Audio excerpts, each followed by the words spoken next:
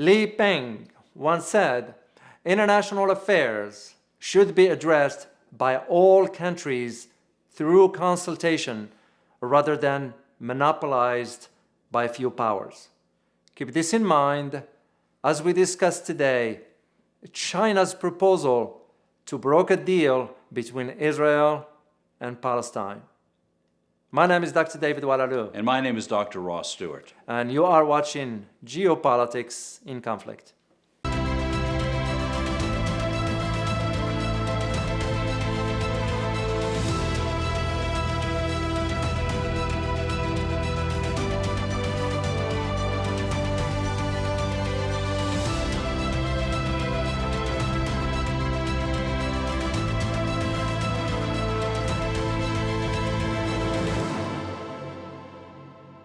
We want to thank you for the many, many comments that you're sending to us. And we also want to let you know that we have now a membership through Patreon. If you like our videos and would like to consider that membership, we will be greatly appreciated. David, as you and I have been watching this very carefully, Palestine and Israel are at it again. Very serious. And some time ago, we said China is in a perfect position to start to broker peace deals in the Middle East because they have figured out how to do business with every major country in the Middle East. You know what happened? What? They now propose to broker a deal between Palestine and Israel as a neutral party doing it in Beijing. Well, I'm not surprised, Ross. It's because China's policy, as one who studied a lot about the Middle East, China's policy has always been, I got to do business with everybody.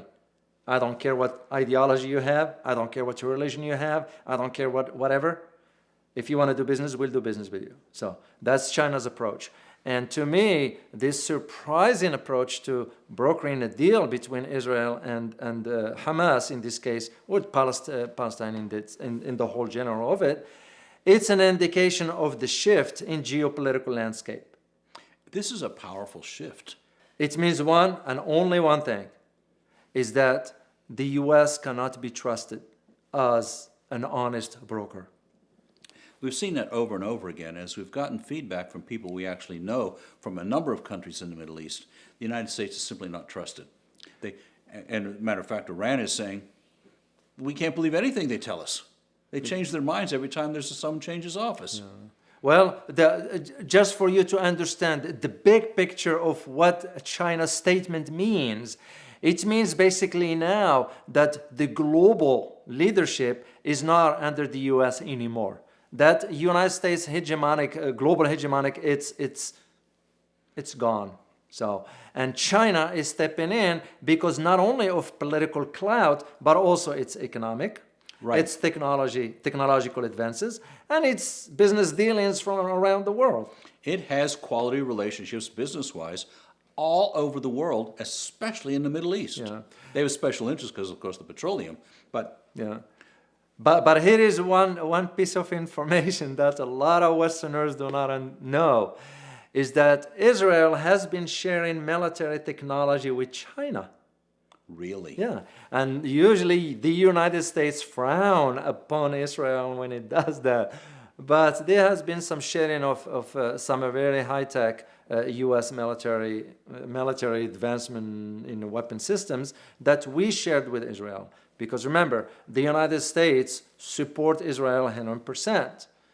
We support them through the military hardware, because any advancements in weaponry in the United States, Israel will get a copy, like the F-35s. Right. But also we support Israel through a yearly assistance that comes through taxpayers' money of about 3.7, it used to be $4.2 billion. That's your money that's been given to Israel on a yearly basis, like we do other countries like Egypt, Jordan.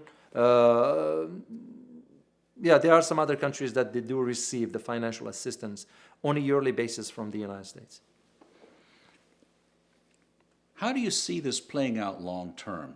I mean, the role of China has just dramatically shifted. Well, this is a big blow to the United States. It's a big blow.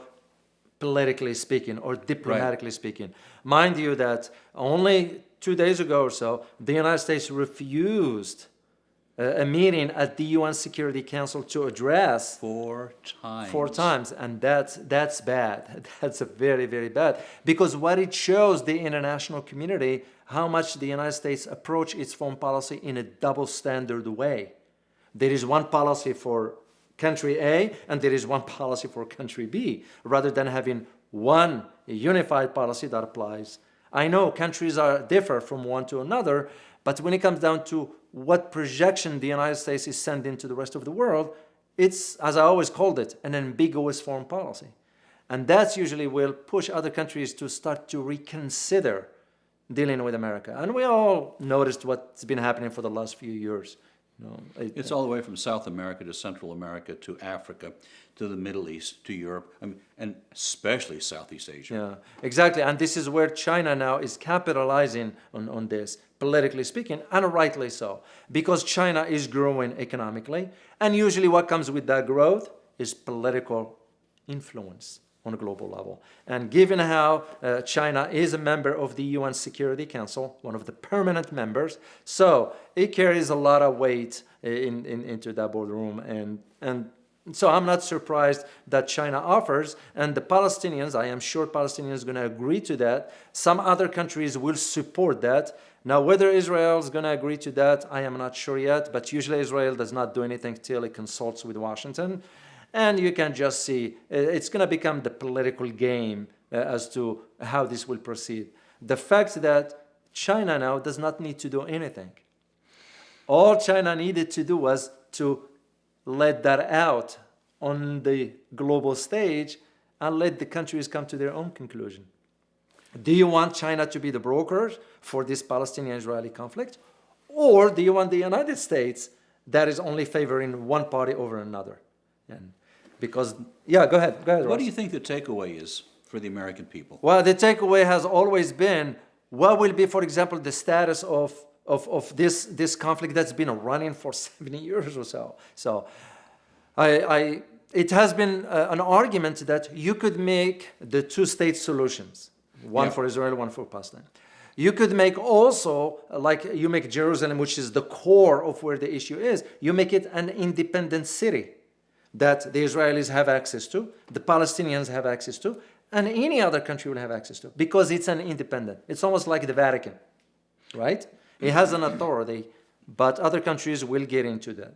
So what you see is there is a really viable solution to this. It's not being acted on.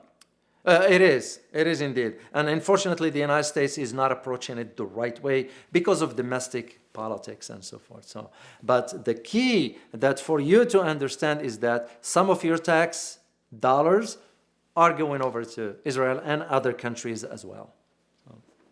Let us know your thoughts in the comments. Also, be sure to check out our other videos. Don't forget to like, share, and subscribe. Thanks for watching.